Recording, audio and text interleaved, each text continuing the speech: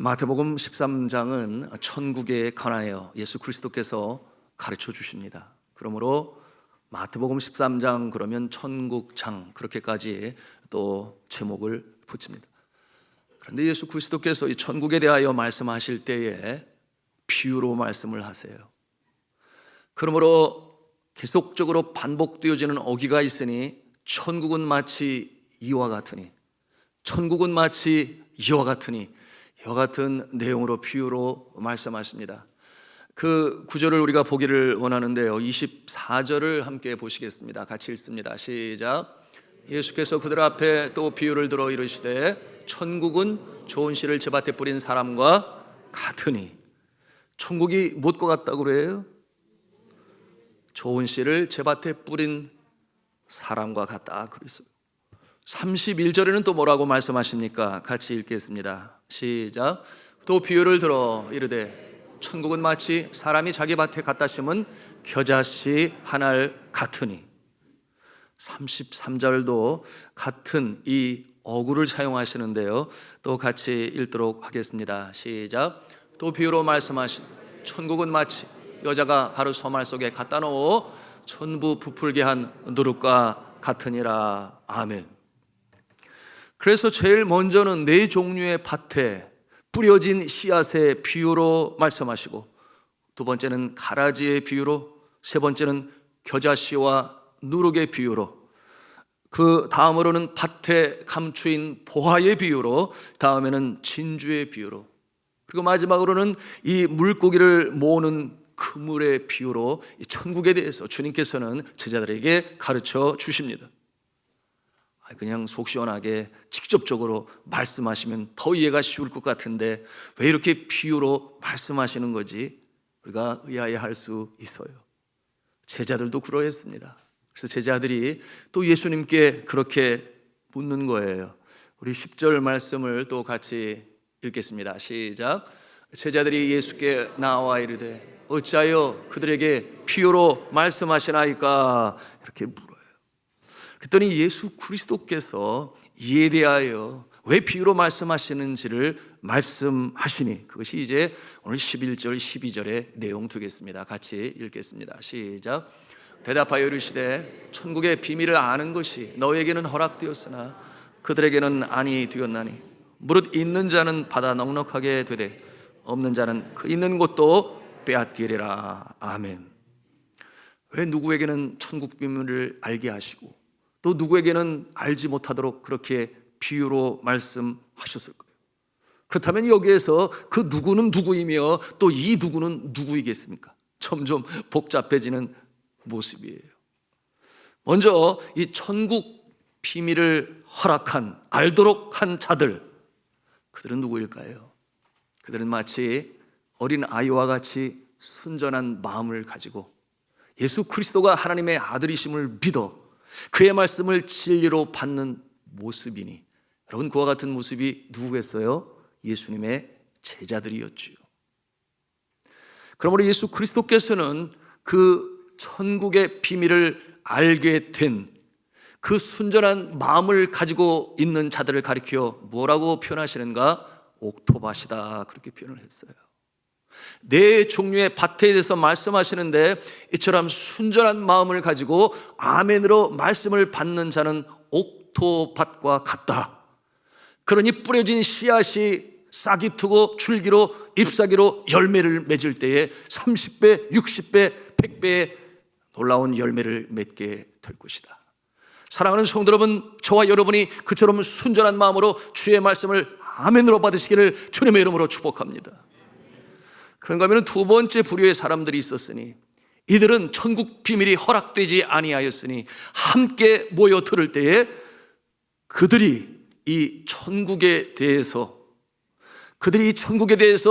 제대로 알지 못하도록 비유로 말씀하셨는데요, 그런데 그 비유의 비밀을 아는 자는 또 깨달아 알게 될 것입니다.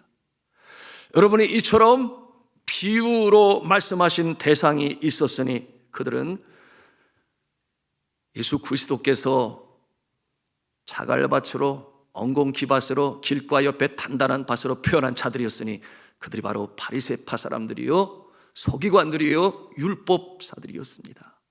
예수 그리스도를 하나님의 아들로 믿지 아니했어요. 예수 그리스도께서 진리로 전할 때에 마음은 있어도 열지 아니하고 귀가 있어도 귀를 닫으려 했고 눈이 있어도 일부러 자신의 눈을 막는 그 모습이 되었어요. 그러므로 예수 그리스도께서는 그들을 향하여 구약 성경에 나타난 이미 선지자를 통해서 예수님이 오실 때에 그와 같은 자들이 있을 것이다 라는 것을 말씀하세요. 여러분, 이와 같은 내용이 오늘 15절에 예수 그리스도께서 인용하시는데요, 그 내용을 또 같이 읽겠습니다. 시작. 이 백성들의 마음이 완악하여져서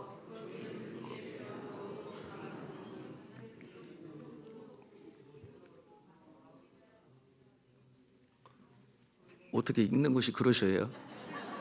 다시 한번 읽도록 하겠습니다. 네, 시작. 이 백성들의 마음이 완악하여져서 그 귀는 듣기에 둔하고 눈은 감았으니. 자, 이와 같은 모습은 자갈밭이요 엉겅퀴밭이요 길가 옆에 단단한 밭이라 말씀이 뿌려져도 씨앗을 내릴 수가 없어요. 여러분, 이와 같은 모습, 복음에 아예 관심이 없는 자들입니다. 오히려 이 전능하신 하나님의 아들 예수 그리스도를 능욕하고 정죄하고 심지어는 십자가에 못 박는 일에 앞장섰던 그와 같은 모습이 될 자들, 여러분, 이와 같은 모습이 오늘날에는 없을까요?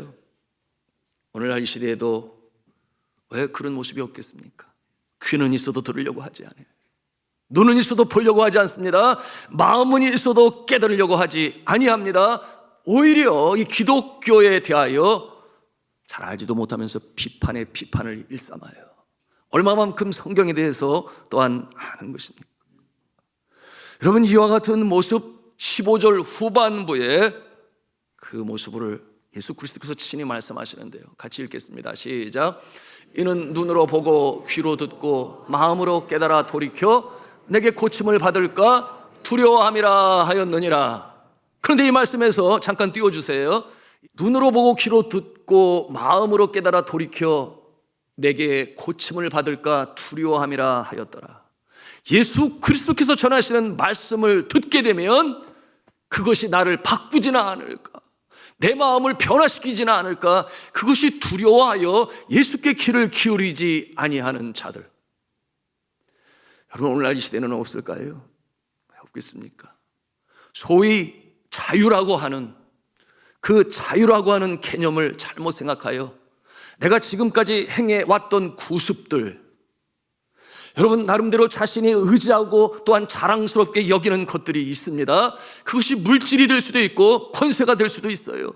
그런가 하면은 부모의 좋은 이 지인을 받아서 DNA를 받아서 누구보다 더 명석하니 좋은 학교를 나오고 좋은 직장에 취직을 하여 나름대로 자유를 부과하며 남들보다는 좀 더 월등한 삶을 사는 것 같은데, 그런데 예수를 믿는 그 모습을 바라볼 때 누구든지 나를 따라오려든 자기를 부인하고 십자가를 지고 쫓을 것이니라, 이와 같은 내용으로 가르치고 또 행하는 그 좋은 의대를 나와서도 선교지에 가서 복음으로 전하는 그 모습을 바라보면서 내가 예수를 믿으면 큰일 나겠다, 나의 자유가 사라지겠다, 그 마음 기전에는 두려움이 있다고 하는 것입니다. 여러분, 그러나 진정한 자유는 그것이 아니지 않겠습니까? 어떠한 사람은 심지어 건강하니 내 주먹을 믿지 이렇게 하면서 말씀 진리의 귀를 기울이려고 하지를 아니에요. 그런데 그와 같은 모습이 여러분 저는 한두 번 본 것이 아니었어요. 갑작스럽게 어떠한 암세포가 발견이 되고, 그런가 하면은 이 폐에 균이 들어와서, 그런가 하면은 췌장에 여러 가지 염증이 생겨서 이와 같은 모습이 되니 순간 덜컥하고, 그처럼 주먹을 믿으라고 하던 자가 병원에 입원하게 되니 살고 싶어요. 자유가 사라진 것처럼 여기게 되니 심지어는 자신의 아내가 믿는, 교회도 안 나오는 사람인데 아내가 믿는 하나님이 생각이 나고 예수님이 생각이 나고, 그러니 부탁을 하죠. 가서 제발 좀 목사님 좀 모시고 와, 나를 위해서 좀 살아나도록 기도 좀 해달라고 좀 부탁 좀 해봐, 이렇게까지 해서. 그래서 제가 불려갔잖아요. 에? 하나님께서 혹여라도 고쳐주시면 다시금 교회 앞에 나오고 신앙생활을 간절히 간구했는데 저뿐이겠어요? 구역장님이 우리 성도들이 함께 기도하니까 살려주셨는데, 살아나고 나니까 교회 나와요? 하는 얘기가, 이게 원래 죽을 병이 아니었어, 이게 원래 날 병이어서. 그럼에도 불구하고 그 기저에 불안과 두려움이 사라지겠습니까? 정말 자유롭게 살겠습니까? 여전히 남아있는 인생의 숙제가 있으니 내가 누구이며 어디서 와서 어디로 가야 하는지, 특별히 죽음의 그 그림자를 맛보게 되었으니 내가 죽으면 어떻게 될 것인가. 그러므로 장수를 위하여, 건강을 위하여 얼마나 열심히 체력 관리하고 장수하고 싶어 하지만 정작 그 기저에 깔려있는 이 두려움은 제할 수가 없으니, 여러분, 이처럼 나의 이 모습이 주의 말씀으로 변화되어 행여나 지금까지 누리던 자유가 사라지는 것은 아닌가. 이것이 바로 그 이유라고 예수 그리스도께서 이처럼 그 모습을 설명해 주고 계시는 것입니다. 사랑하는 성도 여러분, 진정한 자유는 오직 하나님 안에 있을 때 가능한 것이니 주 안의 평강과 안식으로 자유함을 누리시는, 그러므로 이 땅을 떠난다 할지언정 저 하늘에서 영생 복락의 확신과 믿음을 가지시는 진정으로 복된 저와 여러분 모습이 되시기를 주님의 이름으로 축복합니다. 여러분, 이와 같은 모습 주님께서 하시고 이렇게 말씀하신 거예요. 그러므로 심지어는 이처럼 예수님을 대적하고 믿지 않으려 하고, 그리고 마침내 예수 그리스도를 십자가에 못 박는 그와 같은 모습들, 이 모습은 역사 속에 계속해서 반복이 되었어요. 초대교회의 사도들을 잡아서 사도 요한이 그처럼 헤롯 왕의 이 순교의 이 처형장에 그곳에서 많은 사람들 앞에서 그처럼 박해를 당하고, 물론 그 영은 하나님께서 안으셨겠지만, 여러분, 이와 같은 모습을 보시면서 예수 그리스도 뭐라고 말씀을 하시는가? 오늘 마태복음 7장 6절에 뭐라고 말씀하시는지 함께 우리가 읽기를 원합니다. 시작. 거룩한 것을 개에게 주지 말라. 너희 진주를 돼지 앞에 던지지 말라. 그들이 그것을 발로 밟고 돌이켜 너희를 찢어 상하게 할까 염려하라. 거룩한 것을 개에게 주지 말고 진주를 돼지에게 던져주지 마라. 그것을 발로 밟고 돌이켜 너를 오히려 찢어 상하게 할 것이다. 이와 같은 맥락 가운데서 주님이 주시는 말씀이에요. 여러분, 그런데 이와 같은 모습을 보면서 우리가 확실히 알아야 할 것이 있습니다. 그것은 뭐냐 하면, 이와 같은 예수 그리스도를 거부하고 대적하고, 소위 오늘날 이 시대의 말로 표현하면 엔타이 크라이스트라고 할 수 있겠죠. 적 그리스도의 모습으로, 심지어는 사탄을 숭배하고, 그들이 행하는 행위가 얼마나 끔찍한지 제가 그 말을 차마 여러분 앞에 할 수가 없어요. 네. 이와 같은 모습들이 있습니다. 그런데 여러분, 이와 같은 모습을, 이 영적인 통찰력을 가지고 계신 예수 그리스도나 또는 초대교회 사도들의 모습으로 보면 금방 알 수가 있겠으나, 여러분, 이 개와 돼지에게 거룩한 것과 친주를 주지 말라 했는데 여러분은 알 수가 있나요? 참 이 일이 쉽지가 않습니다. 여러분, 그러므로 우리가 함부로 정죄하고, 그러므로 개와 돼지에게 거룩한 것과 진주를 줄 필요가 없어 이와 같은 마음을 가지는 것은 아닌 것이에요. 여러분, 우리가 마땅히 해야 할 것은, 여러분, 정말 그와 같은 모습으로 살다가 어느 날 갑자기 하나님께서 기회를 주시고 손을 대시니 변하여 예수 믿게 되는 역사가 있을 수가 있고, 그런가 하면 정말 그와 같은 모습으로 개인의 종말을 맞이하고 소망 없이 세상을 떠나는 그와 같은 모습도 있을 것인데, 우리가 그것을 다 미리 알지를 못하니, 여러분, 그와 같은 사람들에게도 사랑으로 복음을 전하고 예수 그리스도의 사랑으로 섬기시는 그와 같은 모습이시기를 주님의 이름으로 부탁합니다. 그와 같은 이유로 예수 그리스도께서는 우리에게 어떤 말씀을 주시는가? 가라지의 비유로 주시는데요, 마태복음 13장 30절의 말씀을 우리가 함께 읽도록 하겠습니다. 시작. 둘 다 추수 때까지 함께 자라게 두라. 추수 때 내가 추수꾼들에게 말하기를, 가라지는 먼저 거두어 풀사르게 단으로 묶고 곡식은 모아 내 곳간에 넣으리라 하리라. 아멘. 이게 무슨 말씀이겠어요? 우리가 미리 다 아는 것처럼 그렇게 함부로 생각하여 정죄하거나 판단하여 걸러내려 하지 말아라. 그 같은 내용으로 주시는 말씀이니, 아니 앞에서는 뭐 개와 뭐 돼지에게 거룩한 것과 진주를 주지 말라고 그러십니다. 여러분, 그 시대의 모습은 바로 핍박의 시대예요, 박해의 시대였으나 오늘 이 시대에는 여러분 인권이 존중되고 보장되는 이 사회 속에 우리가 살아갑니다. 여전히 복음이 필요한 저들이에요. 병든 가슴 치료받아야 할 자들이니 우리가 함부로 판단하여 행하지 말아라. 이와 같은 내용으로 내버려 두어라. 추수날에 하나님께서 하실 것이다. 여러분이 추수의 날이 언제겠습니까? 두 모습이 있지요. 하나는 개인의 종말의 때에, 또 하나는 우주적인 종말의 때에. 여러분, 이 땅에 살다가 주님 부르시면 떠나는 것이 나가게 되는 인생의 모습인데, 여러분 개인의 종말, 이 세상을 떠나 영원히 이 심판 주신 하나님 앞에 설 때가 바로 추수 때가 되는 것이요, 그곳에서 하나님께서 심판하신다.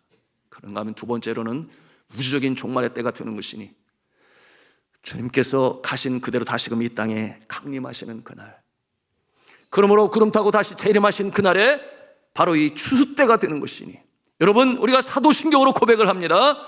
거기로부터 산자와 죽은 자를 심판하러 오시리라.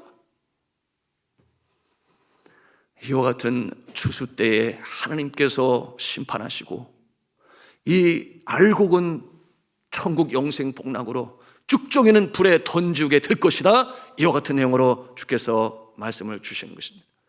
그러므로 여러분, 이것은 하나님의 영역이에요. 우리의 영역이 아닌데 함부로 쉽게 판단하고 생각하지 말고, 심지어는 교회 안에서도 그런 모습이 자주는 아니겠지만 있을 수는 있어요. 그래서 행여나 아이고 저거 그냥 교회 안 나오는 게 차라리 나은데 뭐 이렇게 표현을 한다거나, 또는 양심에 화인 맞아서 저래, 이렇게 저주하는 마음 말도 하지 말아야 합니다. 우리에게 주께서는 말씀하셨어요. 너희는 온 천하 다니며 만민에게 복음을 전파하라. 그것이 우리에게 주어진 사명임을 우리는 알 수 있어야 하겠습니다. 자, 그런데 우리가 감사한 것 있어요. 그게 뭐겠습니까? 우리 자신들의 모습 아니겠습니까? 이렇게 많고 많은 사람들 중에서 주님께서는 우리를 택하셔서 천국 백성으로 삼으시고 오늘도 이처럼 주님 앞에 나와 예배하며 찬송하게 하시니 우리가 천국 백성으로 이 세상을 살아갑니다. 여러분, 이것이 그냥 우연히 또는 우리가 잘나서 된 것 아니지 않습니까? 우리가 얼마나 부족하고 연약합니까? 그럼에도 불구하고 만세전에 하나님께서는 우리를 택하셔서 이처럼 예수 그리스도를 구세주로 믿게 하셨으니 감사하시기 바랍니다. 이 축복을 가지고 이 세상을 우리가 살아가는 것이, 여러분, 이와 같은 이 천국 비밀이 여러분 우리에게는 허락이 되었다 하는 것입니다. 여러분, 이와 같은 내용 11절과 12절 말씀 우리가 함께 보기를 원하는데요, 같이 읽겠습니다. 대답하여 이르시되 천국의 비밀을 아는 것이 너희에게는 허락되었으나 그들에게는 아니 되었나니 무릇 있는 자는 받아 넉넉하게 되되 없는 자는 그 있는 것도 빼앗기리라. 아멘. 저와 여러분에게 허락이 되었어요. 그러므로 우리가 예수를 믿고 이렇게 말씀이 선포되어질 때나 또는 여러분이 말씀을 묵상할 때 여러분의 심령 가운데 성령께서 역사하시니 아멘으로 진리로 받게 되고, 또한 그 말씀이 믿음으로 우리의 심령 가운데 새겨지게 되니 여러분, 이것이 증거예요. 이것이 바로 하나님의 선택받은 자요 천국이 우리에게 허락되었음을 믿으시기를 바랍니다. 오늘 이 시간에 여러 천국 비유 중에 다 나눠줘놓고 한 가지 딱 택해서 나누기를 원하는데요, 세 번째 등장하는 이 비유, 겨자씨의 비유가 되겠습니다. 우리 31절과 32절 말씀 같이 한 음성으로 읽겠습니다. 시작. 또 비유를 들어 이르시되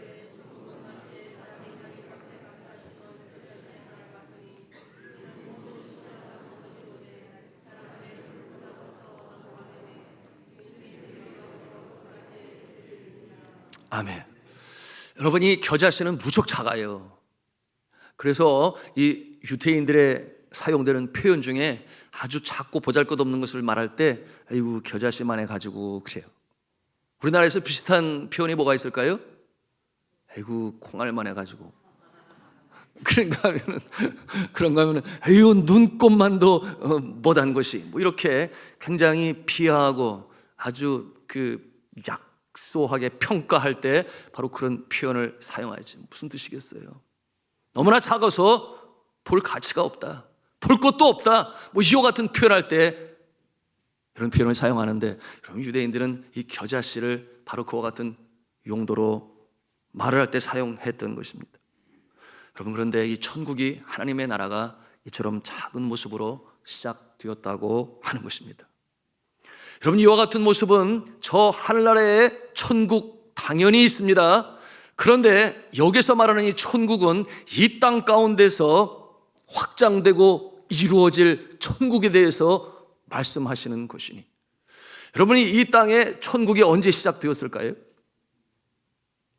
여러분, 하나님께서 온 우주 천지 만물을 창조하시고 아담과 하와를 위하여 세운 동산이 있으니 에덴 동산, 에덴 동산을 파라다이스라고 그랬어요. 그것이 바로 천국의 모습이었던 것입니다. 그런데 아시는 대로 하나님께서 하지 말라고 하는 그 명령을 거역함으로 그들이 타락하였습니다. 그러므로 이 땅 가운데서 천국의 모습은 사라졌어요. 그리고 이 아담과 하와는 세상으로 쫓김을 받게 되었습니다. 그런데 신약 시대에 들어와서 예수님의 오실 길을 예비하는 세례 요한이 뭐라고 선포를 하는가? 회개하라, 천국이 가까웠느니라, 이와 같은 내용으로 전합니다. 그러면 예수 그리스도께서 이 땅에 오셔서 행하시는 일로 천국이 임하였음을 그도 강조하시는데, 귀신이 쫓김을 당하고 병자가 고침을 받고 죽은 자가 살아난다, 이와 같은 하나님의 능력이 임하는 것을 보면 천국이 임하였음을 그 세례요한의 제자들에게 말씀하시고 가서 전하라, 그렇게 말씀하시니, 천국이 여기 있다 저기 있다 하지 말지니 천국은 너희 중에 있느니라, 너희 마음 가운데 있느니라, 이와 같은 내용으로 이 땅에 천국이 시작되었음을 예수님께서 말씀하세요.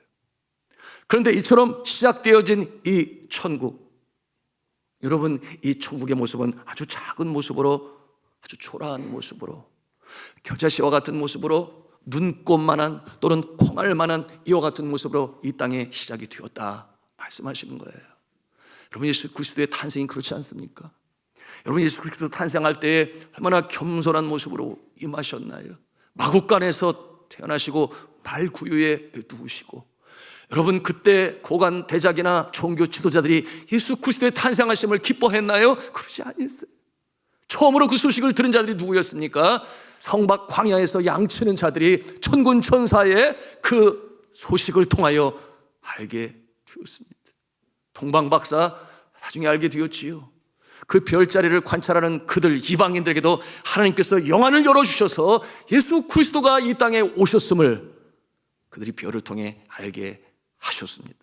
그런데 보십시오, 이 작은 겨자씨와 같은 모습으로 시작된 이 하나님의 나라는 이 땅에 하나님의 역사를 이루게 되었으니, 오늘날 이 시대의 이 세계의 역사를 둘로 양분하지 않습니까? 첫째는 예수님이 오시기 전, 둘째는 예수님 오신 후. 그러므로 BC, Before Christ라고 하는 이 BC로 기원 전 또는 주전으로 표현을 하고, 그런가 하면 라틴어로 이 AD라고 표현을 하는데, 이것은 아노 도미니가 되는 것이니 그 뜻이 주님의 날의 그런 뜻이에요. 주님께서 탄생하신 그날 이후로 지금까지의 이 세계는 AD라, 그러니 기원 후다 또는 주 후다, 이와 같은 표현을 사용하니 놀랍지 않습니까? 그렇게 보잘것없는 작은 모습으로 누추한 마국간에서 시작되어진 이 땅에서 천국의 이 출발, 확장의 역사는 이처럼 자라나게 되고 확장되게 되었던 것입니다. 우리 주님이 하나님의 나라 천국을 이루시기 위하여 여러분 아시는 대로 제자를 삼으셨죠. 주께서 혼자 감당하시던 일을 제자들에게 위임하십니다. 그러면서 하늘과 땅의 권세를 가지고 그들에게도 권능을 부여하시니, 너희가 내가 행한 일도 할 것이요 나보다 더 큰 일도 행하리라. 무슨 뜻이겠어요? 예수님은 예루살렘에서 이스라엘 땅에서 복음을 전하셨으나, 그러나 제자들 통하여 하나님의 나라가 계속적으로 확장될 것이니 너희는 땅끝까지 이르러 복음이 증거되어지는 이 놀라운 역사의 쓰임을 받게 될 것이다, 이와 같은 내용으로 그렇게 말씀하신 것이죠. 여러분, 이 제자들을 향하여 예수 그리스도께서 가르치는 일, 전하는 일, 고치는 일, 삼중사역으로 위임하셨고, 그러면서 하시는 말씀이 이 제자들에게 이 제자들의 모습은 또 어떤 모습이겠어요?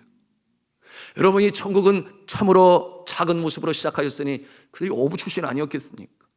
하루 벌어 하루 먹고 사는 이 하루의 생계가 중요한, 그러므로 어부의 모습은 그 신분적으로 볼 때 그렇게 높은 모습은 아니었어요. 그런데 그들이 예수를 만나게 되니 인생이 바뀝니다. 운명이 바뀝니다. 물고기를 낚는 어부 베드로가 사람을 낚는 어부가 돼요.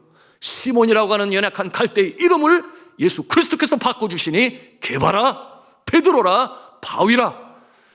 여러분, 운명을 바꾸시는 예수 그리스도의 역사로 하나님의 나라가 그렇게 확장이 되었으니, 사랑하는 성도 여러분, 예수 그리스도를 만남으로 여러분의 인생이 바뀌고 여러분의 운명이 바뀌어서 이 천국 하나님 나라 확장되는 일에 귀하게 쓰임 받으시기를 주님의 이름으로 축원합니다. 그런데 예수 그리스도께서 이 제자들에게 말씀하세요. 땅끝을 바라보라. 땅끝을 보라. 상상을 해봐요.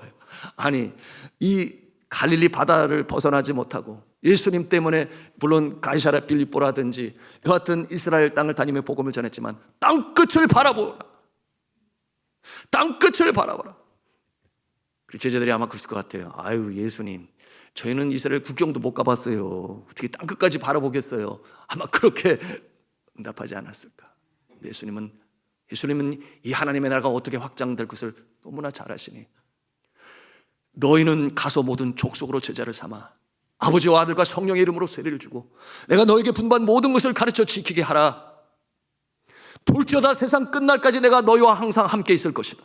그런가 하면 온 천하 다니며 만민에게 복음을 전파하라. 이와 같은 내용으로 비전을 주시니, 여러분, 그와 같은 일이 이루어졌나요? 그럼요, 이루어졌지요. 여러분, 베드로는 그 당시 지중해 패권을 가지고 있는 로마 제국의 센터라고 하는 로마에까지 가서 복음을 전했으며, 또한 제자 중에 하나인 안드레는 저 스칸디나비아, 오늘날 저 덴마크니 스웨덴이니 노르웨이니 그곳에까지 가서 복음을 전거했습니다. 그런가 하면 저도 방문해서 그 흔적을 보게 되었습니다만, 인도의 체나이라고 하는, 오늘날 체나이죠, 현대자동차 공장이 거기 있는 습니다. 여러분, 그 예루살렘에서 이 인도의 땅까지 온 제자가 있었으니 도마가 또한 그렇게 그곳에 와서 복음으로 전하였습니다. 그런가 하면 필립은 이 아프리카에 가서 또한 복음을 전했으니, 글자 그대로 말씀대로 예언대로 예루살렘과 온 유대와 사마리아와 땅끝까지로 복음을 증거하는 일에 이처럼 귀하게 쓰임받는 제자들의 모습이 되었던 것입니다. 여러분, 이와 같은 모습을 통하여 하나님의 나라가 급하고 강하게 확장되었던 것입니다. 천국, 또 다른 말로 하나님의 나라, Kingdom of God. 그런가 하면 하늘나라로 표현되어지는 이와 같은 모습, 작은 겨자씨로 출발했지만 얼마나 크게 확장되고 자라났는지, 우리나라도 그러지 아니했습니까? 우리나라가 나라를 잃고 서름으로 내일이 보이지 않던 그 어둠의 때에 태평양을 건너온 선교사들이 이 땅에 예수 그리스도의 사랑으로 전했습니다. 하나님의 천국의 확장이 바야흐로 이 은둔의 나라, 조용한 아침의 나라, 그러나 나라 이룬 서름으로 가난과 무지와 질병 가운데 신음하고 있는 바로 그때에 이 복음이 이 땅에도 임하게 되었어요. 여러분, 그 모습은 호레이스 알렌 선교사가 1884년에 들어오게 되었고, 그리고 나서 이제 장로교 선교사님 언더우드 선교사님, 감리교 선교사님 아펜셀러 선교사님, 또 같은 해에 이 여성 선교사인 이 메리 스크랜튼 선교사 같은 분이 우리나라에 들어왔어요. 여러분, 3.1 운동이 있었던 1919년 3월달, 다음 주 3월 1일 우리가 3.1절을 맞이하게 되는데, 이번 주죠. 여러분, 그때 3.1 운동이 일었을 때에 이 땅에 선교사들이 몇 명이나 와 있었는가? 여러분, 러시아 정교회 선교사 한 사람이 있었습니다. 그런가 하면 로마 천주교 그 선교사들의 숫자가 52명이었다고 그랬어요. 그리고 개신교 선교사는 몇 명이나 되었는가? 329명에 달하게 되었습니다.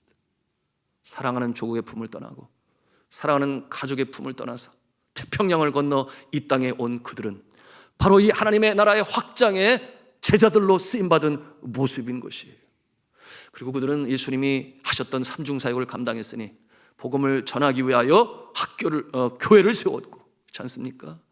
그런가 하면은 천국 윤리로 가르치기 위하여 학교를 세웠고, 그런가 하면은 고치기 위하여 육신에 질고, 또한 그 심령 가운데 이 우울감으로, 또한 좌절과 절망감으로 가득 차 있는, 그런가 하면 이 귀신 들려 정상적인 삶을 살지 못하는 자들을 고치기 위하여 병원을 세웠음을 우리가 알고 있어요. 교회와 학교와 그리고 병원을 세웠던 것입니다. 예수님의 사역을 따라서 한 것이죠. 1885년 부활절에 이 조선에 도착한 선교사인 호레이스 언더우드 선교사님, 나중에 연세대학교가 되는 그 전신은 연희 학당을 세우게 되었는데, 나중에 연희 전문이 되고, 그리고 연세가 되는 것은 여러분 아시는 대로 연희 전문과 세브란스 병원이 합쳐져서 연세대학이 된 것이죠. 자, 그런데 참 감동적인 것은 이 언더우드 선교사님이 이곳에 와서 한 대만 해도 힘들 것 같은데 이 나라를 얼마나 사랑했는지, 그 아들이, 그리고 그 손주가, 그리고 그 손주의 또 아들이 4대에 걸쳐서 이 땅에 머물며 그리스도의 사랑으로 하나님의 나라 확장의 사역을 감당했어요. 그 4대의 모습을 잠깐 사진 자료를 통해서 보시겠습니다. 사진 자료 띄워주세요. 네, 이 모습을 우리가 볼 수 있습니다. 이렇게 4대를 통해서 이 나라를 섬겼으니 그 사랑과 수고와 헌신에 우린 사랑에 비친 자의 모습인 것입니다. 그런가 하면 재미있는 사진 자료가 있는데 다음 사진 보시겠습니다. 네, 한복을 입으셨어요. 근데 저분들이 한국 사람일까요? 미국 사람일까요? 네? 언더우드 4대 가문이 이렇게 한복을 입고 바로 그 연세대 정원에서 뒤에 호레이스 언더우드 선교사님의 상이 있는데요. 그런데 이 사진에 이 제목이 있어요. 뭐라고 써 있는가 하면 이렇게 써 있습니다. 우리의 고향은 사우스 코리아입니다. 이렇게 써 있어요.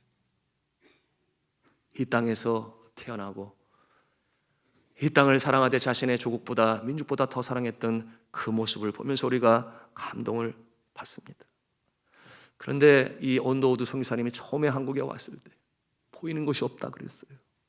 교회가 없지요, 학교가 없지요, 병원이 없지요. 병원은 있었으나 그 모습이 정말 많은 사람들을 고치고 치유하는데 부족한 모습이었는데요. 그때 그가 하나님께 기도를 해요. 얼마나 안타까운 마음으로 이 민족을 사랑하며 기도했는지, 여러분 그 내용을 우리가 함께 보기를 원하는데요. 오 주여, 지금은 아무것도 보이지 않습니다.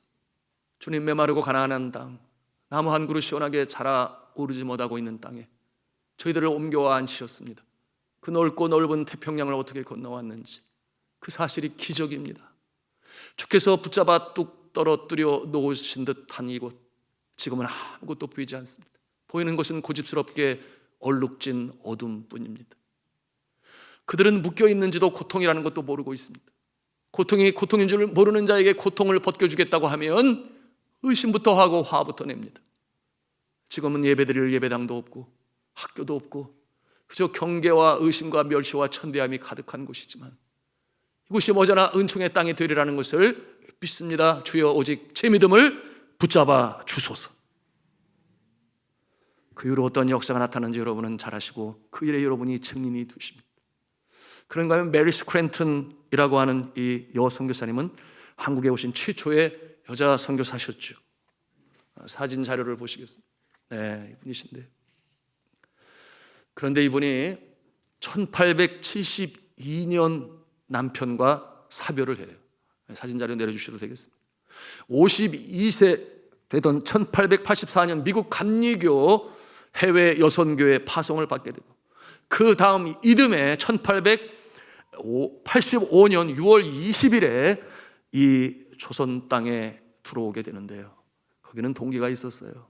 여러분, 그의 아들이 있었습니다. 하나뿐인 외아들, 윌리엄 벤튼이라고 하는 아들이 있었는데 예일 대학과 뉴욕 의과대학원에서 공부를 하고 그리고 병원을 개업을 했습니다. 여러분, 그 안정된 평안하게 살 수 있는 그 자리에서 저곳에 한 나라가 있다. 은둔의 나라요, 조용한 아침의 나라라고 하는데 여전히 복음이 들어가지 아니하고 나라를 빼앗겨 내일이 보이지 않는 그 소름 속에 살고 있는 그들에게 복음이 필요하다. 이와 같은 내용을 접하고 그가 그곳에 그 개업한 이 병원을 탔습니다. 그리고 한국으로 오게 되는 거예요. 그러니 그 모습을 바라보는 이 어머니의 마음에 비록 52세였지만 나라도 주님 앞에 쓰임받을 수 있을까? 나처럼 연약한 존재가 남편도 없는데, 그런데 주님만을 믿고 주님만을 의지하고 그 겨자씨만한 그 모습을 가지고 이 땅에 온 분이 바로 이 메리 스크랜튼 여 선교사였던 것입니다. 여러분 아시는 대로 이화여자대학교의 전신인 이화학당을 설립했고요. 그리고 한국 최초의 여성병원인 보구병원 설립에 있어서 아주 주도적인 역할을 했습니다. 평생 한국 여성의 교육과 이 의료 복지를 위해서 헌신했던 이분은 1909년 10월 8일 상동 자택에서 77세로 별세하십니다. 그런데 그 시신이 어디에 있는가? 자신이 사랑하는 나라로 보내지지 아니하고 본인이 원하여 여러분이 한강변 선교사들이 묻힌 양화진 묘지에 그렇게 시신을 안장하게 되었으니, 여러분 그 모습을 통해서 오고 오는 선교사들이 본을 받아요. 귀감이 돼요. 그런가 하면은 이 땅에 있는 또한 선교사 후보생들에게는 어떠한 귀감이 됩니까? 그래, 복음은 높은 곳에서 낮은 곳으로, 복음이 있는 곳에서 복음이 없는 곳으로, 그러므로 찾아간 선교사들이 그 모습을 보고 주를 잊게 되었으니 오늘날 이 한국교회 165개 국가의 2만 2천여 명의 한국 선교사들이 그 선교사의 반열을 이어 온 세상에 나가 복음을 전하고 있는 것입니다. 여러분, 이 메리 스크랜턴 여사는 한국 사람들은 대부인이라고 불렀어요. 그게 무슨 말이냐면 모든 한국 사람들의 어머니라는 거죠. 그가 1886년 6월 30일 이화학당 개교를 하게 되었을 때, 여러분 한국 땅은 남존 여비 사상이 얼마나 강했는지, 여러분 이 신식학교에 어느 누구도 딸을 보내려고 하지 아니했습니다. 학생이 있어야 학교를 운영할 것 아니겠습니까? 기도하는 가운데 어떤 일이 벌어졌는가? 여러분 조별단이라고 하는 이 학생이 최초의 학생이 되었는데 그의 가정은 너무 가난하고 그의 아버지는 문직이요, 그의 어머니는 부엌에서 일하는 자였는데 그만 폐병에 걸리고 말아요. 그래서 그 몸은 점점 야위해져 가고 먹을 수가 없고 그야말로 이제는 소망이 없는 그때에 이 메리 스크랜턴 선교사님이 극진히 간호합니다. 그를 치유하기 위하여 함께한 선교사들을 통해서, 의료 선교사들을 통해서 이 일로 돕게되니 하나님께서 고쳐주신 것이죠. 그가 살아나게 되었어요. 그러니 그 엄마 아빠가 얼마나 감사하겠습니까? 부모의 마음이 다 같지 않겠어요? 그래서 이 메리 스크랜턴 이 선교사님을 찾아가서 감사를 표하는, 이 은혜를 어떻게 갚을지 모르겠습니다. 어떻게 갚아야 할지 모르겠습니다. 너무 감사합니다. 그러니까 이 스크랜턴 여사가 갚을 길이 한 가지가 있어요. 그때 한국말을 어떻게 하셨는지 모르겠지만 아마 그렇게 하지 않으셨을까. 갚을 방법이 한 가지가 있어요. 그것은 당신의 귀한 딸을 초등학교의 학생으로 보내주세요. 그래서 시작되온 것이 바로 이 여학당 메리 스크랜턴 여사의 학교가 되었으니 얼마나 많은 여성 지도자들이 그 학교를 통해서 배출되었는지. 대표적인 인물, 우리가 3.1절을 눈앞에 두고 있습니다마는 이 3.1 만세 운동에 이 기치를 걸었던 유관순 열사가 바로 이 이화학당 출신이었던 것입니다. 예, 사랑하는 성도 여러분, 이 감동적인 얘기를 통해서 우리가 배우는 교훈, 오늘 겨자씨의 비유인 것이에요. 하나님의 나라는 이렇게 보잘것없는 작은 것으로 시작되지만 그러나 그 모습은 자라나서 가지와 이파리와 그늘을 들이게 되니 많은 새들이 와서 깃드는 곳이 된다. 여러분, 이것이 우리가 배우는 것인데요, 여러분 내일이 보지 않더니 이 땅 가운데 뿌려진 이 복음의 씨앗이 오늘 이 한국을 어떻게 바꾸었는지 여러분 아시잖아요. 여러분 반만년의 유구한 역사 가운데 이 세상에 대한민국이라는 이름을 이때처럼 날려본 적이 없어요. 참으로 그러합니다. 여러분, 이 나라 하나님께서 하나님의 나라 만드시기 위하여 나라를 건지셨지요. 여러분, 8.15 광복이 어떻게 왔는지 여러분 아시지 않습니까? 물론 독립군들이 열심히 이 대항 독립운동을 했어요. 그럼에도 불구하고 마지막 그 모습은 갑작스럽게 찾아오게 되었으니 어떻게 왔는지 여러분 잘 아시죠. 그런가 하면 이 공산당이 파죽지세로 이 남한을 밀고 내려와서 공산화 시키려 할 때 마지막 그 존폐의 위기에서 어떻게 전화위복이 되어 이제는 거꾸로 치고 올라가는지를 여러분 아시지 않습니까? 여러분, 하나님께서 건지시고 하나님께서 보호하시는, 하나님께서 세워가시는 나라인 줄로 믿으시기를 바랍니다. 너무나 중요한 것이, 하나님께서 그렇게 하신 것은 하나님의 선하신 뜻이었으니 이 나라를 통하여 하나님의 나라가 온 세상에 확장되게 하시기 위하여 독립군들이 독립운동을 하면서 군가로 불렀지 않았겠습니까? 동해물과 백두산이 마르고 닳도록 하나님이 보호하사 우리나라 만세. 그것이 독립운동가여 나중에 애국가가 되었음을, 여러분, 그것은 하나님께서 이 나라를 건지시고 하나님께서 지켜 보아야 하신 그 뜻이 있는 것이니, 그러니 교회가 얼마나 성장했어요. 에반젤리즘 익스플로전이라고 그랬어요. 교회 성장이 아니라 교회 폭발이라고 그랬어요. 전도 폭발. 그러므로 온 세계에 말씀드린 것처럼 그렇게 22,000명의 선교사가 나가게 되고 이 일을 감당하기 위하여 이 한국 민족을 축복하시니 경제적인 축복도 허락하여 주셔서 얼마나 대단합니까? 여러분, 이 2022년 연말에 미국 주간지인 US 뉴스 앤 월드 리포트지 아주 유명하죠. 가장 강력한 국가 이렇게 순위를 선정했는데요. 여러분, 이 한국 세계 197개 국가 중에서 몇 위가 되셨는지 여러분 아십니까? 네, 6위의 랭크가 되었어요. 6위에. 놀랍지 않습니까? 정말 대단하지 않습니까? 여러분, 이 기준이 있었는데 가장 강력한 국가 선정 기준, 국가 지도자, 경제적 영향력, 정치적 영향력, 강력한 국제동맹, 강력한 군사력, 수출, 이렇게 6가지 지표를 점수하는 방식으로 순위를 매겼는데요. 주목할 만한 점이 있으니 여러분, 그 전해와 순위가 바뀐 모습이 있는데 한국이 6위의 랭크가 되고 그 뒤에는 7위에는 프랑스가 있는데 그 뒤에 한국에 앞서 있었던 모습이 있었으니 이 8위에는 일본이 랭크가 되었습니다. 놀랍지 않습니까? 여러분, 이와 같은 모습을 보면서 얼마나 하나님이 사랑하시는지. 그런데 한 가지 놓치는 것이 있어요. 내가 하였다, 우리가 하였다, 우리의 힘으로 하였다, 그래서 독립이 되었고 그래서 전쟁에서 이겼고, 아니지 않습니까? 여러분, 하나님께서 이 나라 세워 말세지 말에 제사장 국가로 삼으시기 위하여 한국교회를 성장시키시고 선교사를 파송하시기 위하여 그처럼 복으로 주셨으니 이 세상 사람들이 이 한국의 성장의 모습을 셈을하면 답이 나오지가 않아요. 그래서 그들이 무슨 표현을 했는가? 기적이라고 그랬어요. 한강의 기적이라고 그렇게 불렀습니다. 여러분, 이와 같은 모습을 통하여 우리가 깨달아야 할 것이 있으니, 여러분, 이와 같은 상태에서 우리 그처럼 하나님을 경외하지 아니하는 자들이 주 앞에 나오기만 하면 어떠한 일이 벌어지겠습니까? 하나님께서 이 나라 정말 제사장 국가로 삼으셔서 온 세계의 열방에 하나님이 사용하시는 나라로 사용하실 것이라 저는 그렇게 확신합니다.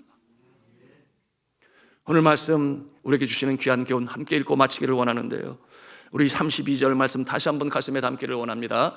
같이 32절 말씀 읽겠습니다. 시작. 이는 모든 씨보다 작은 것이로되 자란 후에는 풀보다 커서 나무가 되매 공중의 새들이 와서 그 가지에 깃들이느니라. 아멘. 복음은 큰 나무가 되었어. 이처럼 세상에 소망 없어 지치고 상한 심령, 내가 누구이며 어디서 와서 어디로 가는지도 못하며 이 캄캄한 밤바다에 유리하는 그 모습들처럼 그 어려움 속에 있는 자들의 그 병든 세상을 치유하고, 그런가 하면 나라고는 한 작은 연약한 존재이지만 여러분 한 사람의 존재로 말미암아 여러분의 가정이 회복되기를 축복합니다. 여러분의 일터가 새로워지기를 축복합니다. 뜻이 하늘에서 이룬 것 같이 이 땅에서도 이루어지기를 하나님은 오늘도 바라시. 여러분들은 각 직장으로 선교사로 파송을 받고, 믿지 않는 가정이라면 가정 선교사로 파송을 받고, 모든 사회의 영역 가운데 주께서 보내신 겨자씨가 되셔서 주께서 자라게 하시고 또한 그늘을 드리게 하시는 그 모습으로 나가시니 이와 같은 모습으로 코로나 이 종식의 때에 우리 한국교회가 그와 같은 모습이 되기를 바라요. 정결한 그리스도의 신부가 되기를 바라고, 또한 우리 믿음의 사람들이 그와 같은 모습이 되어 정말 하나님이 기뻐하시는 나라, 하나님의 나라가 풍성히 이루어지는 이 복된 대한민국 될 수 있기를 저는 주 예수 그리스도의 이름으로 축원합니다.